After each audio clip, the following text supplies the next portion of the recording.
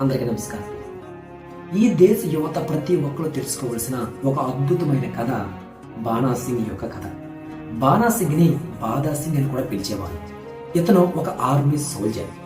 1984లో సియాచిన్ లో మనకి పాకిస్తాన్ కి యుద్ధం జరుగుతున్న సమయంలో పాకిస్తాన్ సైనికులు చైనా సైనికులతో కలిసి 457 మీటర్ల ఎత్తు కలిగిన ఒక ఐస్ కొండపై నుంచి దిగువన ఉన్న భారతీయ సైనికులపై జరిపిన అటాక్ లో చాలా మంది భారతీయులు చనిపోతారు.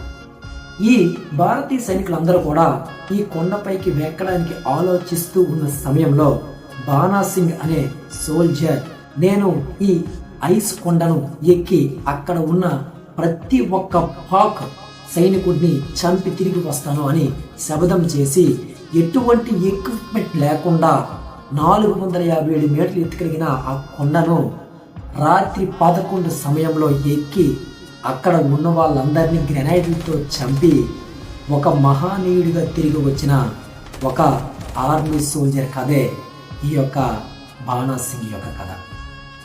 టాపిక్లో వెళ్ళే ముందు ఎవరన్నా ఛానల్ సబ్స్క్రైబ్ చేయకపోతే ఇప్పుడే చేసుకొని పక్కనే ఉన్న బెల్ ఐకాన్ క్లిక్ చేయండి. Let's start the episode. మంచుతో కప్పబడ్డ మరణభూమి. ఒక్కడుగు తప్పితే నేరుగా మృత్యువు. అది సియాచిన్ గ్లేసియర్. ప్రపంచంలోనే అత్యంత ప్రమాదకరమైన యుద్ధభూమి. 1984 చైనా పాకిస్తాన్ కుట్రల నడుమ భారత సరిహద్దును కాపాడుతున్న భారత సైన్యం. అక్కడ ఒకే ఒక్క స్థావరం, సియాచిన్ గుండె చప్పుడు, క్వైద్ పోస్ట్. ఆ పోస్ట్ ఎవరి చేతిలో ఉంటే సియాచిన్ మొత్తం వారి కంట్రోల్లోకి వెళ్లే పరిస్థితి. శత్రువుల అహంకారం ఏమిటంటే క్వైద్ పోస్ట్ శత్రు సైన్యం చేతుల్లో ఉంది. వాళ్ల గర్వం ఒకే మాట, ఈ ఎత్తుకు ఎవరూ ఎక్కలేరు, భారతీయ సైన్యం ఇక్కడికి రాలేదు అని. అది సియాచిన్లో రాత్రి. గాలి మాట్లాడితేనే ప్రాణం పోయేంత చలి, చుట్టూ మంచు, నిశ్శబ్దం. మరణం కూడా శబ్దం చెయ్యకుండా తిరిగే ప్రదేశం. 457 మీటర్ల ఎత్తులో భారతదేశాన్ని ఎగతాళి చేస్తున్న శత్రు పోస్ట్. మన జెండా అక్కడ లేదు, మన గౌరవం అక్కడ లేదు. కానీ అదే సమయంలో నేను వెళతాను అని అప్పుడే ఒక భారతీయ సైనికుడు ముందుకు వచ్చాడు. ఆయన పేరు బాణా సింగ్. ఎవరూ మాట్లాడలేని క్షణంలో ఆ ఒక్క వాక్యం వినిపించింది, నేను వెళతాను అని. అతని దగ్గర తాడు లేదు, ప్రత్యేక ఎక్విప్మెంట్ లేదు, ఎక్కే మార్గం లేదు. కేవలం దేశం మీద ప్రేమ, విజయం మీద నమ్మకం. రాత్రి 11 గంటలు, ఉష్ణోగ్రత -40 డిగ్రీలు. శ్వాస తీసుకోవడమే కష్టం. బాణా సింగ్ నిలువుగా ఉన్న మంచుకొండను తన చేతులతో, తన గుండె ధైర్యంతో నెమ్మదిగా ఎక్కడం మొదలుపెట్టాడు. ప్రతి అడుగు చివరి అడుగు కావచ్చు, కానీ వెనక్కి తిరగలేదు.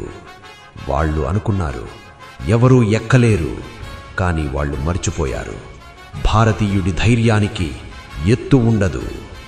ఒక్కసారిగా చీలిన నిశ్శబ్దం, గ్రెనేడ్లు, దాడి, గందరగోళం, భయం, పరుగు. చనిపోయిన వాళ్ళు కొందరు, ఆ మంచుకొండను వదిలి పారిపోయిన వాళ్ళు కొందరు. ఆ ఎత్తైన మంచు మీద మళ్లీ భారత జెండా ఎగిరింది. ఆ క్షణంలో భారతదేశం గెలిచింది, భారతీయుల ఆత్మ గెలిచింది, చరిత్ర మారింది. ఆ రోజు తరువాత క్వైద్ పోస్ట్ బాణా పోస్టుగా మారింది. 1988లో దేశం బాణా సింగ్కు పరంవీర్ చక్ర ఇచ్చింది. కానీ ఆయన మాత్రం తల వంచి చెప్పింది ఒకటే, నేను హీరో కాదు సార్, నా దేశం కోసం నా పని చేశాను అంతే అని. ఈ కథ ఎందుకు మన కళ్లల్లో నీళ్లు తెస్తుంది? ఎందుకంటే మనము ప్రశాంతంగా నిద్రపోతున్నప్పుడు ఎవరో ఒకరు మంచు మీద ప్రాణాలు పెట్టారు. మన జెండా ఎగరాలని ఒక్క మనిషి మరణాన్ని ఎదురించాడు.